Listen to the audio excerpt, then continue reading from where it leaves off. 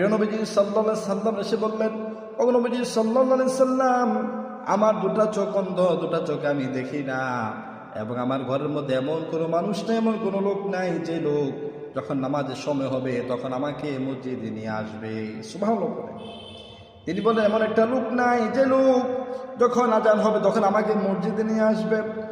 নবীজি সাল্লাল্লাহু আলাইহি সাল্লাম, আপনি আমাকে অনুমতি দান করুন, এখন থেকে আমি মসজিদে আসবো না, আমি ঘরের মধ্যে নামাজগুলি আদায় করব। সুবহানাল্লাহ পড়ে নবীজি সাল্লাল্লাহু আলাইহি সাল্লাম বললেন, ঠিক আছে, তুমি যেহেতু অন্ধ, যেহেতু তুমি চোখে দেখো না, এবং যেহেতু তোমার ঘরে কোনো মানুষ নেই তোমাকে মসজিদে নিয়ে আসার জন্য, ঠিক আছে, আমি তোমাকে রুখসত দিলাম, এখন থেকে তুমি ঘরের মধ্যে নামাজগুলি আদায় করবে। সুবহানাল্লাহ পড়ে নবীজি সাল্লাল্লাহু আলাইহি সাল্লাম দয়ার নবী, মায়ার নবী বলে দিলেন। ওই সাহাবী ফিরে যাচ্ছেন বাড়ির দিকে, তখন নবীজি সাল্লাল্লাহু আলাইহি সাল্লাম কিছুক্ষণ পরে সাহাবীকে আবার ডাকলেন, ও আমার সাহাবী, দিকে আসো, যখন আজান হয় ওই আজানের আওয়াজ তুমি স্পষ্টভাবে শুনতে পাও নাকি? সাহাবী বলল, নবী সাল্লাল্লাহু আলাইহি সাল্লাম, আমি আজানের আওয়াজ শুনতে পাই।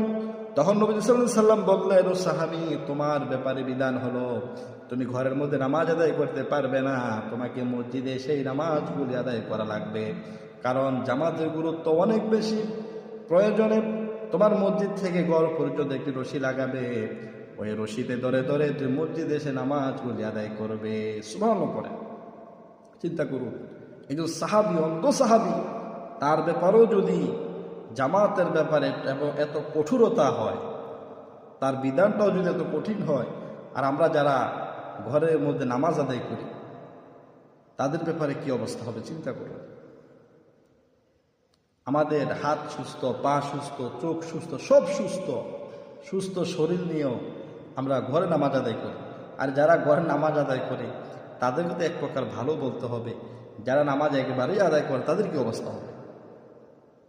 আল্লাহ তাআলা আমাদের সবাইকে বুঝার তৌফিক